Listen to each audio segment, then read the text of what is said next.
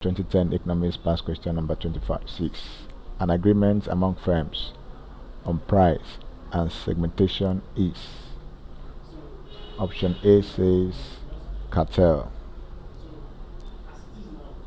Option B says hanging. Option C says collusion. Option D says specialization.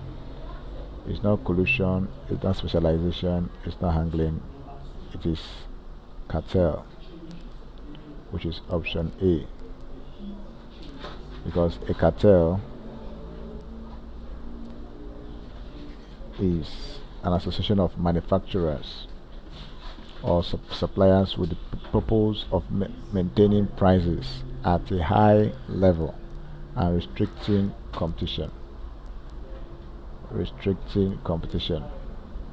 So on this basis, option A is the correct answer.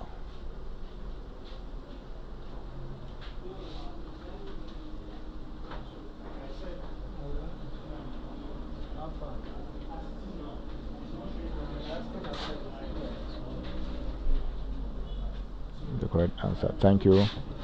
Please subscribe for more questions.